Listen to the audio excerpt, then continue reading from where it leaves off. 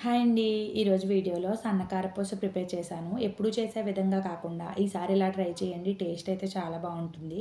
మనకి పిండి వంటల్లో కల్లా ఈజీగా అయిపోయేది కారపూసే కాబట్టి అప్పటికప్పుడు అరగంటలో తయారు చేసుకోవచ్చండి. ఈ వీడియోలో నేను కారపూసనైతే శనగపిండితో కాకుండా రాగి పిండితో ప్రిపేర్ చేశాను.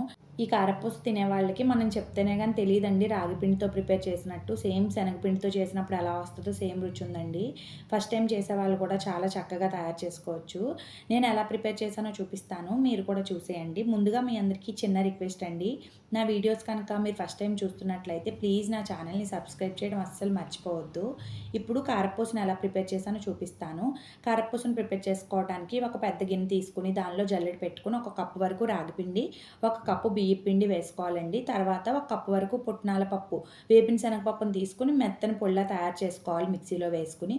చూడండి ఈ విధంగా పొడి తయారైన తర్వాత దీన్ని కూడా వేసుకొని మొత్తాన్ని జల్లించుకోవాలండి. ఈ పిండిని పక్కన పెట్టుకొని ఇప్పుడు ఒక బౌల్ తీసుకొని దానిలో ఒక స్పూన్ వరకు వాము, రుచికి సరిపడా ఉప్పు, కారానికి 4, 5 పచ్చిమిర్చి వేసుకొని మొత్తాన్ని మిక్సీలో వేసుకొని కొద్దిగా వాటర్ వేసుకొని పేస్ట్ చేసుకోవాలండి.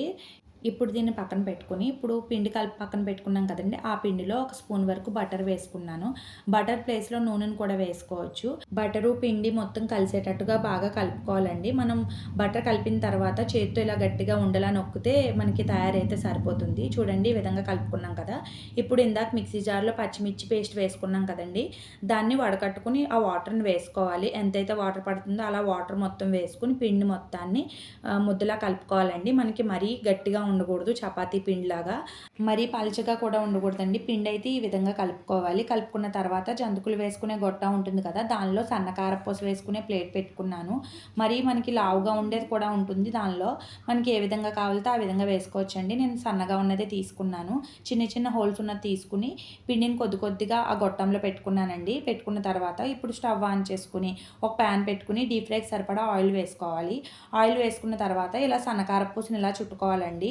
ఆయిల్ హీట్‌గా ఉన్నప్పుడు కొద్దిగా సిమ్‌లో పెట్టుకొని చుట్టుకుంటే సరిపోతుంది. ఈ కారపూస వేగడానికైతే ఎక్కువ టైం పట్టదండి. 1:30, 2 నిమిషాల్లోనే వేగిపోతుంది. చూడండి ఒక వైపు వేగిపోయింది కదా! రెండో వైపు కూడా స్లోగా తిప్పుకున్నానండి. ఈ విధంగా ఒక 2 నిమిషాల్లో సన్న కారపూస అయితే రెడీ అయిపోతుంది. ఈ ఫ్రై చేసిన కారపూసనైతే ఒక ప్లేట్‌లోకి తీసుకొని ఇప్పుడు మిగతా కారపూసను కూడా స్లోగా వేసుకోవాలండి. కారపూస వేసేటప్పుడు ఎప్పుడూ కూడా స్టవ్ సిమ్‌లో పెట్టుకుని ఫ్రై చేసుకోవాలి. హై ఫ్లేమ్‌లో పెట్టడం వల్ల వెంటనే మాడిపోతుందండి. మనకి కారపూస వేగడానికి అస్సలు టైం పట్టదు కాబట్టి ఈజీగా వేసుకోవచ్చు. టేస్ట్ కూడా అంతే బావుంటుంది. ఈ కారపూస అయితే రెడీ అయిపోయిందండి. చూడండి చూడటానికి ఎంత గుల్లగా కనిపిస్తుందో. టేస్ట్ అయితే నోట్లో వేసుకుంటే కరిగిపోతుందండి. అంత రుచిగా ఉంది. తర్వాత కొద్దిగా కరివేపాకుని తీసుకుని ఆయిల్‌లో ఫ్రై చేసుకుని దాన్ని కూడా వేసుకున్నానండి. ఈ కరివేపాకు వేయడం వల్ల తినేటప్పుడు చాలా రుచిగా ఉండి కారపూస అయితే మంచి ఫ్లేవర్ వస్తుంది. ఇది మనకు ఒక నెల రోజుల వరకు కూడా నిల్వ ఉంటుందండి. ఒక డబ్బాలో వేసుకొని స్టోర్ చేసుకుంటే. ఇలా అప్పటికప్పుడు ఈ సన్న కారపూసనైతే ప్రిపేర్ చేసుకోవచ్చు. పిల్లలకైతే చాలా నచ్చుతుందండి. రాగి పిండితో ప్రిపేర్ చేశాను కదా! ఆయిల్ ఎక్కువ పీల్చుతుందేమో అనుకుంటారు. అస్సలు ఆయిల్ పీల్చలేదండి.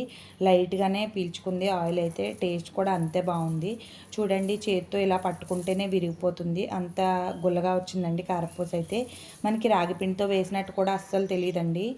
ఈ సన్న కారపూసనైతే మీ ఇంట్లో కూడా ఒక్కసారి ప్రిపేర్ చేసి పెట్టండి. వాళ్ళైతే ఇష్టంగా తినేస్తారు.